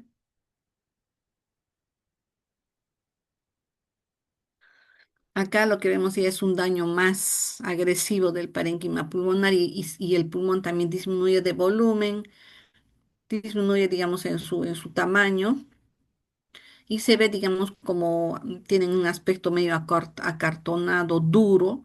La luz de los bronquios también se rompe el cartílago y se forma, digamos, aparte de que el volumen o el espesor del bronquio también está aumentado, su pared al perder cartílago y ser reemplazado con fibrosis va a estar duro, rígido, ¿no? Que es lo que vemos también en este corte bronquios dilatados, ectásicos, llenos de un material mucoide, muchas veces con presencia de gérmenes, ¿no? Que va a hacer que el material sea purulento. Entonces, macroscópicamente tenemos lóbulos pulmonares, sobre todo los inferiores y los distales son los que van a estar más comprometidos, ¿no? Vean esa dilatación que les hago en mención, hasta 4 veces el tamaño, ¿no? Acá es por una causa infecciosa, el material es purulento. Acá estamos viendo, digamos, un cuadro, digamos, ya de posobstrucción. Vamos a ver la inflamación que se ve, la necrosis, por eso se ve de color más gris y hay fibrosis, ¿no? Acá tenemos otra imagen, pulmones con bronquiectasia, vean la luz de los bronquios dilatados. Esto es lo que caracteriza la bronquiectasia, dilatación permanente de las vías respiratorias llenas de material purulento, ¿no? A esto ya se suma, digamos, el daño en las paredes alveolares, en los intersticios por la fibrosis, y esto es lo que lleva, digamos, a que estos pulmones estén disminuidos de volumen y la capacidad ventilatoria también esté disminuida, ¿no? ¿Cómo lo vamos a ver en el corte histológico? Vemos, acá todavía vemos un bronquio que tiene el epitelio todavía viable, pero vean, su luz está llena de material mucoide, ¿no? Vemos que acá, por ejemplo, ya se ha perdido cartílago, está quedando poco cartílago. Todo esto que está acá alrededor es fibrosis. Entonces, esto es lo que le da, digamos, esa rigidez y que el bronquio constantemente, digamos, o ya permanente esté dilatado, no lleno de material mucoide. Vean el componente inflamatorio y la fibrosis alrededor del bronquio. Esto hace que el pulmón también disminuya de volumen y se vea duro, ¿no? Por esta fibrosis. Acá igual puede haber incluso áreas de hemorragia, componente inflamatorio, ya el bronquio ya no tiene cartílago, en lugar incluso de músculo, todo es material fibrótico, fibroblastos que dañan la pared, ¿no? Ahora también hay otro grupo de patologías que son las neumopatías intersticiales. Ahí vemos a las restrictivas, en la que vamos a ver que se produce una menor distensión del parénquima pulmonar y esto es porque ya se producen alteraciones de la pared torácica, ¿no? Acá vamos a ver otras causas, como por ejemplo la poliomielitis o procesos intersticiales infiltrantes y fibrosas, ¿no? Que se da en el parénquima pulmonar. Dentro de estas neumopatías intersticiales tenemos a la neumopatía fibrosante, a las neumonías intersticiales, a las neumoconiosis, que se ve bastante frecuente, ¿no? Tenemos también a las neumopatías intersticiales granulomatosas, a la sarcoidosis, a la alveolitis alérgica, a las neumopatías eosinofílicas, en la que, digamos, el componente inflamatorio que predomina son los eosinófilos y el daño que se tiene también en el epitelio con la disminución de los cilios, ¿no? Vemos otras neumopatías en relación con el tabaco y vamos a ver también a la proteinosis alveolar. No son un grupo de neumopatías intersticiales que, digamos, no son tan frecuentes en su presentación y dentro de todas ellas, por ejemplo, las que más se ve son las neumoconiosis, ¿no? Y algunas neumopatías intersticiales. Ahora, las granulomatosas, la sarcoidosis también se puede, digamos, a ver, pero no es muy frecuente, ¿no? Ahora, dentro de las enfermedades de origen vascular, vamos a ver a la embolia, a la hemorragia y al infarto pulmonar. Acá estamos viendo un cuadro de infarto pulmonar. Esto es a causa de la presencia de un émbolo en la arteria. Esta arteria tiene, digamos, una disminución de su luz. Entonces, el área que está de distribución de este vaso va a estar comprometido, ¿no? Acá tenemos un área de infarto que se da, digamos, en una parte distal del pulmón, en una rama de esta arteria. Entonces, lo que vamos a ver en esa área es un área, digamos, comprometida en el que hay muerte de las células y esto es lo que llamamos el infarto, ¿no? Acá vamos a ver esta área gris, este es un pulmón ya fijado con formol, por eso toma esta coloración. Normalmente, si fuera, digamos, en fresco, lo veríamos con un color bien intenso, un color rojo vinoso, ¿no? Y acá también la consistencia es diferente, no tiene otra consistencia, parece, digamos, un fragmento de pulmón hepatizado, duro, ¿no? Como la consistencia de un hígado.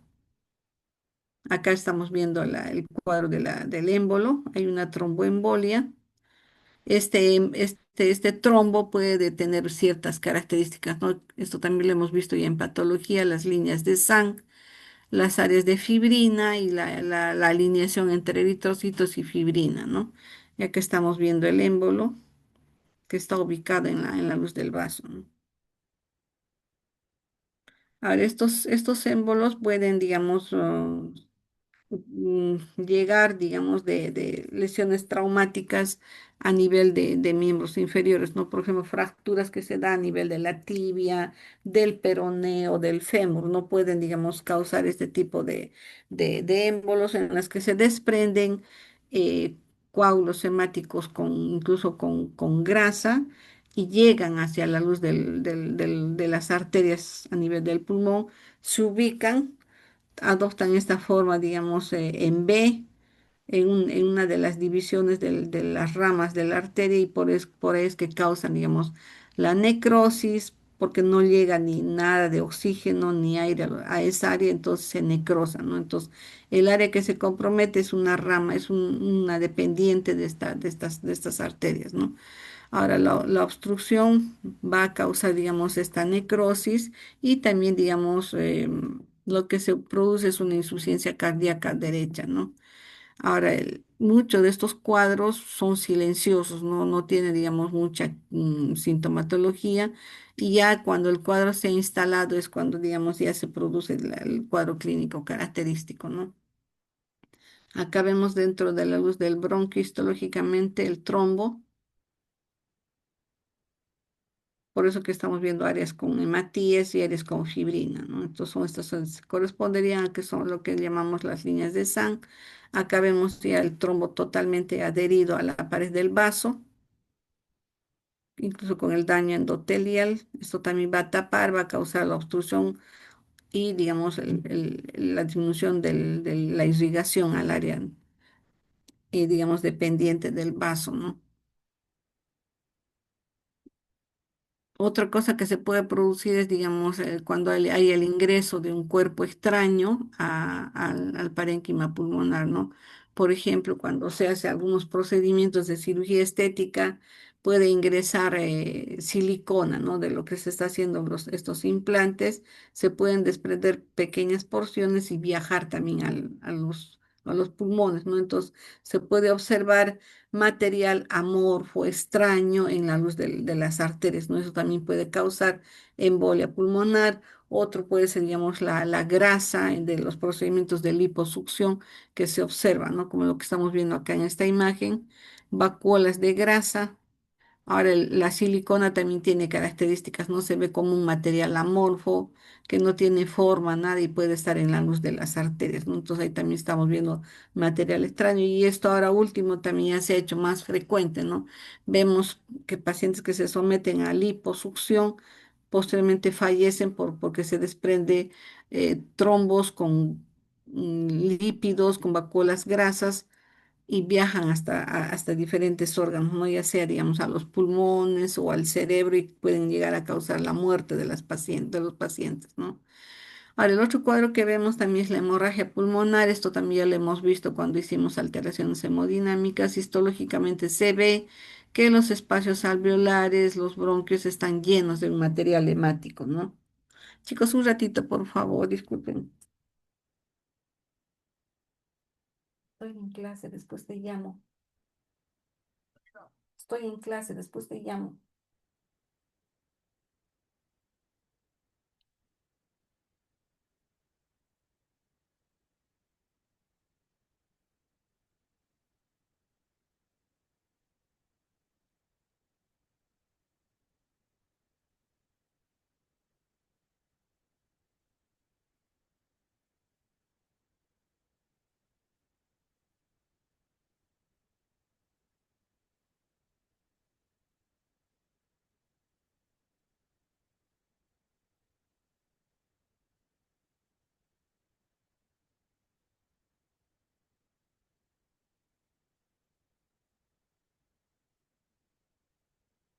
Ay, chicos, disculpen. Entonces estábamos diciendo que la hemorragia se veía, digamos, era la salida de los hematíes afuera de los vasos, ¿no? Si, digamos, es en pequeña cantidad, vamos a ver una extravasación, pero si es en mayor volumen, ya vamos a ver estas imágenes, ¿no? Espacios alveolares llenos de matíes o también, digamos, los bronquios no pueden estar comprometidos. Entonces, es fácil de poderlas, digamos, identificar en los cortes histológicos y la clínica también, ¿no? No, generalmente estos cuadros de hemorragia no solamente son así pura hemorragia, sino están asociados a lesiones traumáticas, a lesiones infecciosas, incluso, ¿no? En los pacientes que tienen daño alveolar, se puede observar estos cuadros de hemorragia, ¿no?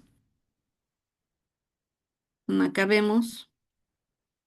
Lo que más se ve, digamos, son lesiones traumáticas por agentes físicos, por herida de bala o armas, digamos, punzocortantes en las que hay un daño del parénquima pulmonar y al haber el daño también hay ruptura de vasos, ¿no? Sección de vasos y con salida de material hemático a los espacios alveolares que lo vemos de esta forma, ¿no? Ahora sí, digamos, por ejemplo, se produce esto se da, el infarto pulmonar lo vamos a observar, por ejemplo, después de una de que haya habido un tiempo en que la luz de la arteria se haya tapado y no haya llegado fluido, digamos, al parénquima pulmonar, ¿no? Entonces, el infarto lo vamos a ver como un área en el que se pierde prácticamente la estructura del bronquio. Como el infarto es, digamos, una necrosis coagulativa, ¿qué es lo que vamos a observar? Va a quedar, digamos, como una sombra los espacios, los septos alveolares. Vamos a reconocer que acá había, eran septos y acá están los espacios alveolares, ¿no? Entonces, la imagen del parénquima pulmonar queda como una malla, como un fantasma de lo que era, digamos, los espacios y tanto los tabiques alveolares, ¿no? Entonces, como a nivel de los tabiques tenemos los capilares, neumocitos 1 y 2, el área intersticial, todo esto se necrosa, queda como un área eosinófila.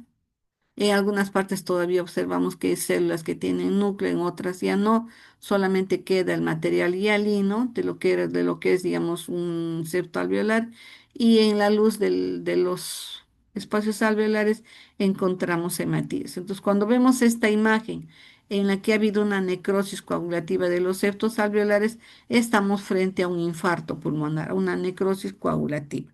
Es una muerte que es irreversible.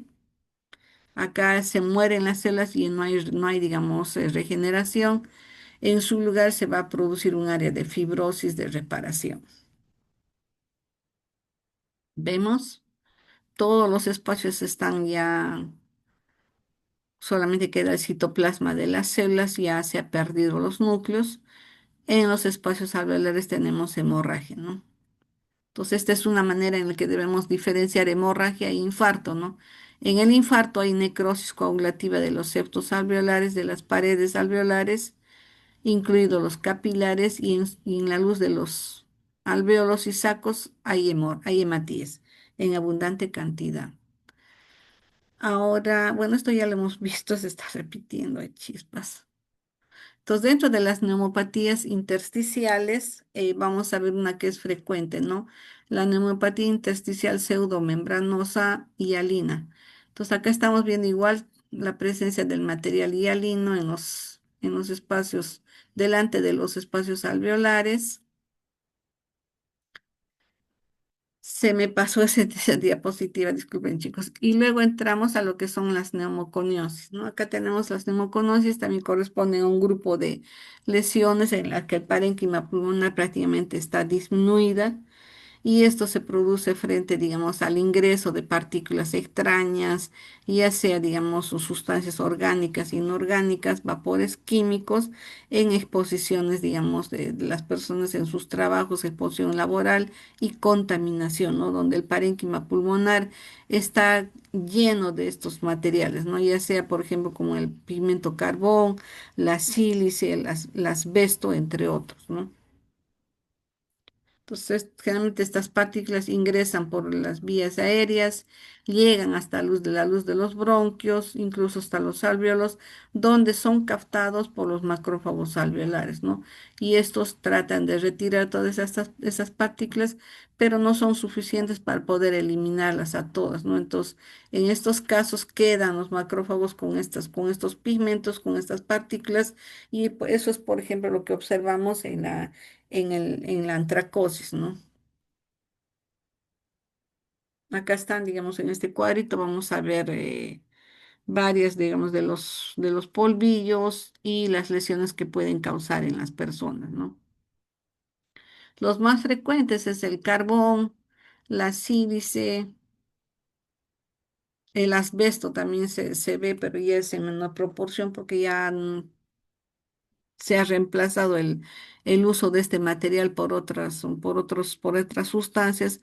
Entonces ya tenemos menos estos pacientes, ¿no? Lo que sí ha aumentado es, por ejemplo, la gente que trabaja con el polar, con esa tela sintética que se fabrica. Hay gente que tiene también fibrosis por haber trabajado en estos lugares, los que trabajan en las fábricas de pinturas, en las tiendas donde venden estos productos, o también en los lugares o en las fábricas donde fabrican pinturas, colorantes para diversos productos, ¿no? Ya sea para telas, para papeles, entre otros, ¿no? Entonces, la asbestosis también es otra lesión dentro de este grupo de las neumoconiosis, en el que vamos a ver que este material también ingresa hacia los pulmones, ¿no? Entonces, el asbesto, como sabemos, se utiliza para diversos productos, entre ellos la fabricación de tubos, de techos para las casas y eso hace, digamos, que estas partículas que ingresan hacia los pulmones no puedan ser, digamos, retiradas y quedan, ¿no? Causando fibrosis en los campos pulmonares. Acá estamos viendo el asbesto, cómo se forman estas partículas que ingresan y miren, son captados por los macrófagos, ¿no? Aparece como una especie de unas raquetas de color marrón que se observan dentro en su citoplasma, ¿no? El otro cuadro que también se ve dentro de esta neumoconosis es la antracosis, son mineros que trabajan en las minas donde trabajan este material. Vean cómo el pulmón se torna, digamos, macroscópicamente estamos viendo pulmones ya prácticamente negros. Histológicamente igualmente vamos a ver, ¿no? Acá ya está fijado este pulmón con un formol y lo vemos con todas estas áreas grises, ¿no? Que corresponden al pigmento carbón que está dentro y que se ve de color negruzco.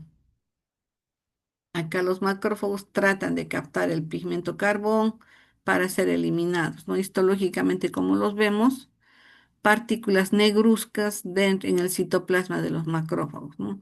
Los vemos así dentro de los espacios alveolares. Puede ser también que lleguen digamos, alrededor los veamos en extensas áreas, ¿no? Donde vemos, digamos, mayor concentración de carbón, como lo que estamos viendo acá, cercano a un bronquio. El bronquio tiene una fibrosis reactiva y hacia alrededor vemos esta gran cantidad de pigmento, ¿no? Componente inflamatorio y pigmento. Acá igual, vean cómo los espacios también se disminuyen, incluso se transforman y el pigmento carbón está dentro de los macrófagos en gran cantidad. La silicosis también es otra neumoconiosis también que se produce dentro de este grupo, ¿no? Y acá lo que vamos a ver también son la formación de estos granulomas silicóticos. Son granulomas que no tienen necrosis gaseosa, sino tienen digamos, la reacción a cuerpo extraño, ¿no? Y también dañan el parénquima pulmonar. Ahora, dentro del grupo de las lesiones infecciosas, vamos a ver a las neumonías, que son las más frecuentes, y las definimos pues como una inflamación aguda del parénquima pulmonar, ¿no? Distal a los bronquiolos terminales. Los gérmenes que más frecuentemente causan las lesiones dentro de ellos es el Streptococcus pneumoniae, digamos, la imagen característica que se ve en las neumonías, los infiltrados. Macroscópicamente vamos a ver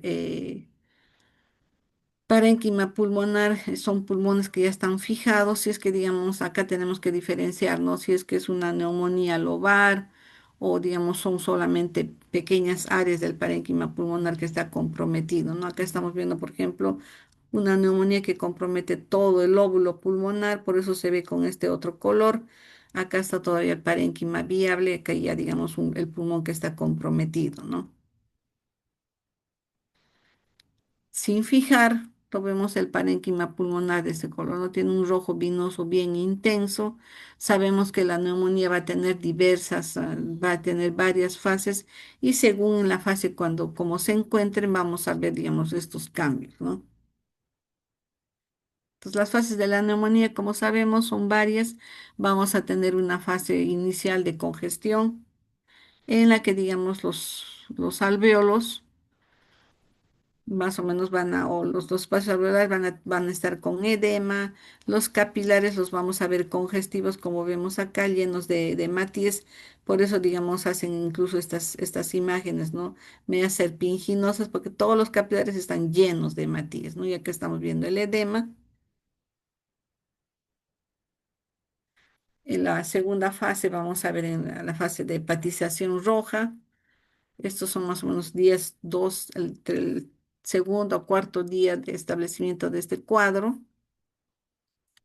Vamos a ver mayor, digamos, proporción de el enrojecimiento que hay en el parénquima pulmonar se hace más intenso y vamos a ver que dentro de los espacios alveolares, aparte del edema, vamos a tener ya, digamos, el componente inflamatorio, ¿no? Va a haber neutrófilos en gran cantidad en la luz de los espacios alveolares, ¿no?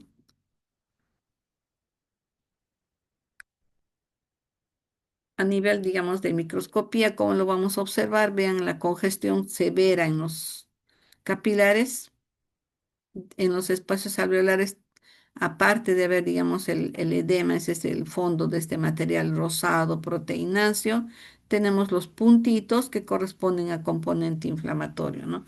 Neutrófilos en mayor proporción. Hay también macrófagos, linfocitos, pero los que se encuentran en mayor proporción son los neutrófilos. Luego vamos a ver la fase de hepatización gris.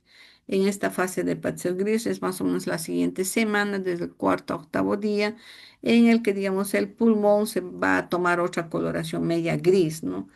Vamos a ver, digamos, incluso que puede pasar fibrina al espacio pleural. Vamos a ver que se van haciendo, digamos, más, en mayor proporción vienen los macrófagos. Entonces vamos a ver en los espacios alveolares macrófagos junto con neutrófilos, ¿no? Vamos a ver también ya la presencia de fibrina conjuntamente con estos elementos celulares, ¿no? Entonces, después de esta fase, acá lo vemos de color gris, macroscópicamente el parénquima pulmonar, ¿no? Entonces ya se estaríamos entrando a su fase de hepatización gris. Todavía, vean, los espacios alveolares están llenos de este componente, entonces eso hace que el pulmón todavía esté duro, tenga esa característica, esa consistencia de hígado, ¿no? Por eso se le llama fase de hepatización gris. Luego tenemos la fase de resolución, en la que, digamos, hay mayor proporción de macrófagos tratando de retirar todo el material, ¿no? Ya sea restos celulares, que en su mayoría, digamos, corresponde a detritus celulares, se retira todos estos restos celulares y también disminuye la respuesta, digamos, a la presencia de componente inflamatorio. Entonces se inicia un proceso de resolución, ¿no? El pulmón también va tomando, digamos, ya otra coloración, ya no está tan gris, va a disminuir la consistencia del pulmón porque se está resolviendo el cuadro, ¿no? Entonces, al retirarse todo este material dentro de los alvéolos, va a hacer que la consistencia también disminuya, ¿no? Y esto ya pasa más o menos entre 1 a 3 semanas en que todo el cuadro se resuelve. Acá tenemos en la fase de hepatización gris, el componente inflamatorio, la congestión vascular disminuye. Acá tenemos otra, ya se inicia, digamos, la presencia de mayor proporción de macrófagos junto con los neutrófilos. El cuadro se está resolviendo. Y la bronconeumonía también viene a ser otro cuadro que está asociado a la neumonía, ¿no? Entonces, la bronconeumonía va a ser, digamos, un proceso similar, solo que va a ser, digamos, por áreas, ¿no? Va a ser, digamos, puede ser, digamos, en un pulmón un área, en el otro pulmón otra área, o puede ser, digamos, ambas áreas basales en ambos pulmones, o puede ser, digamos, un solo área, ¿no?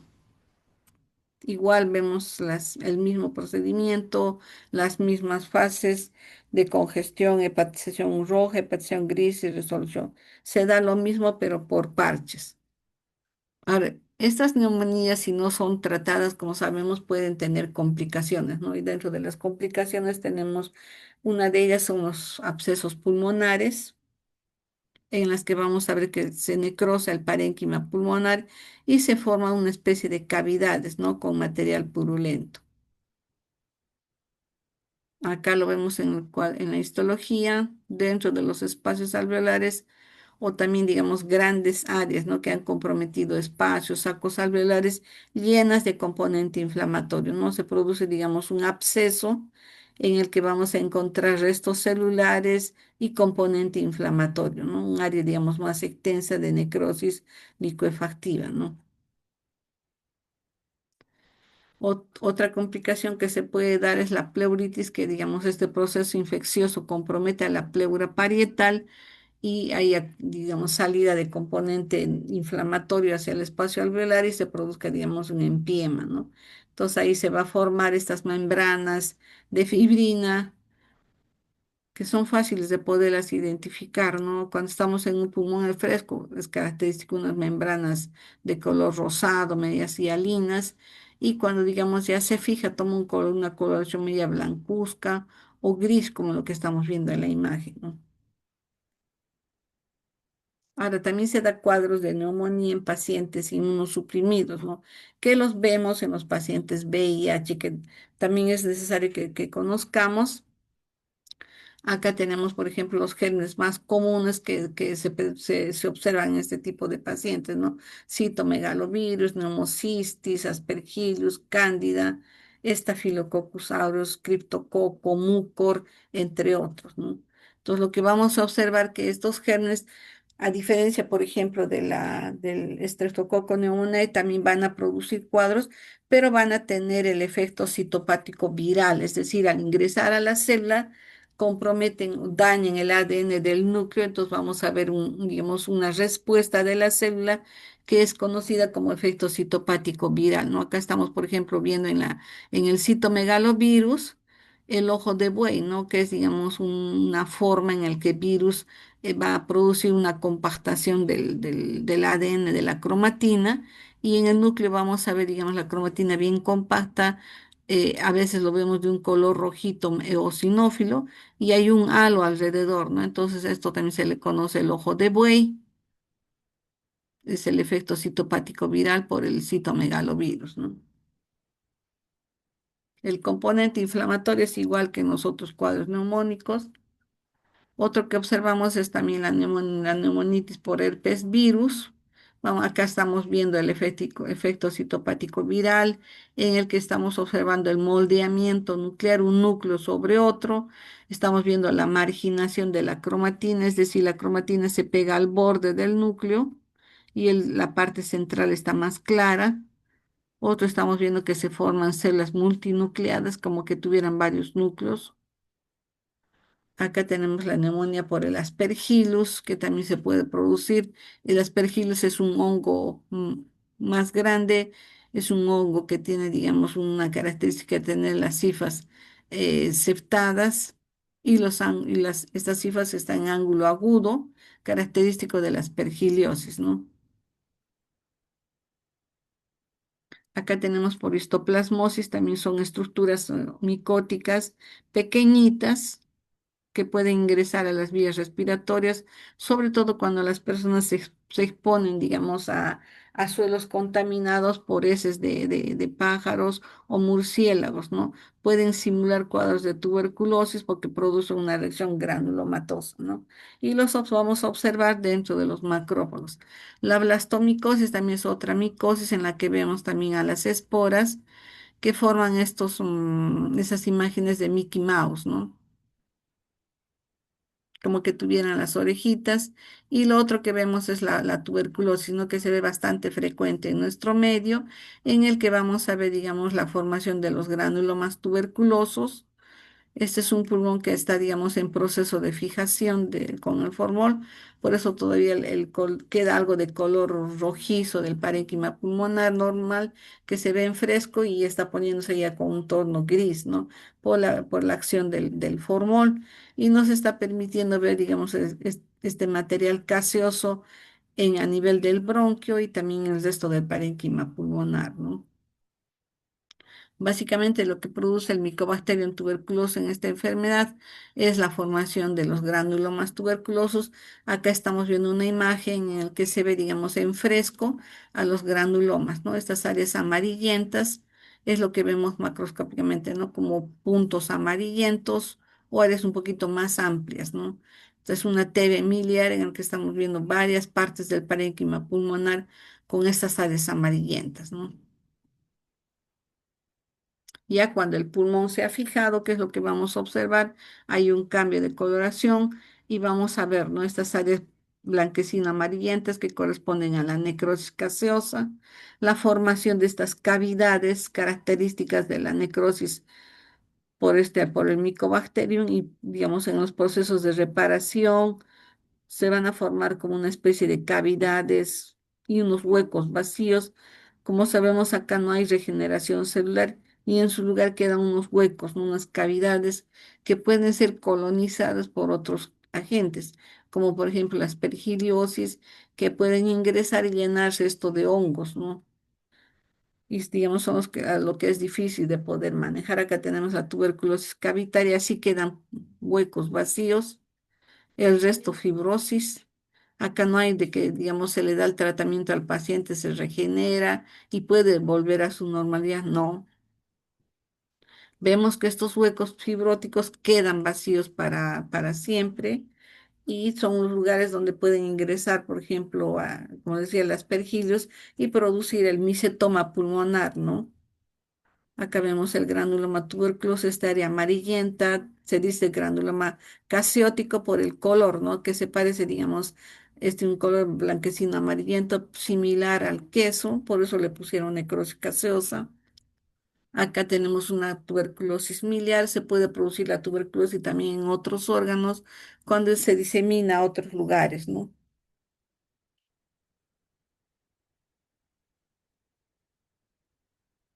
Acá vemos un acercamiento, ven estas áreas pequeñitas amarillentas, es una diseminación por todo el parénquima pulmonar, ¿no? Una TB miliar. Acá vemos a los granulomas tuberculosos, estas estructuras redondeadas en respuesta a la acción de de este germen, ¿no?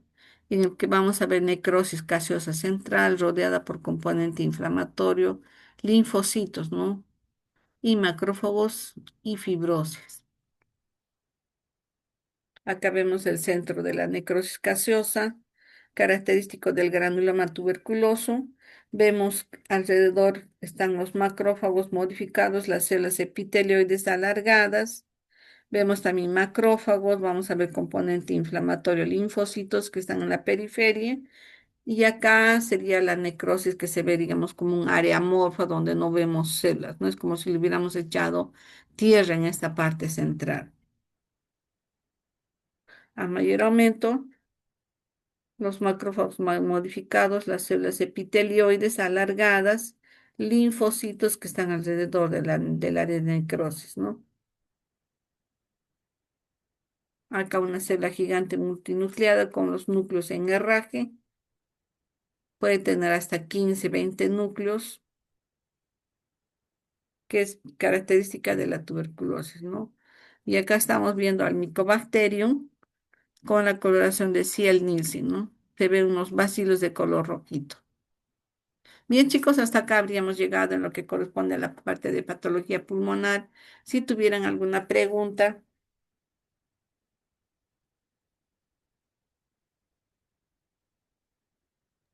Yo creo que no, doctora, está bastante claro.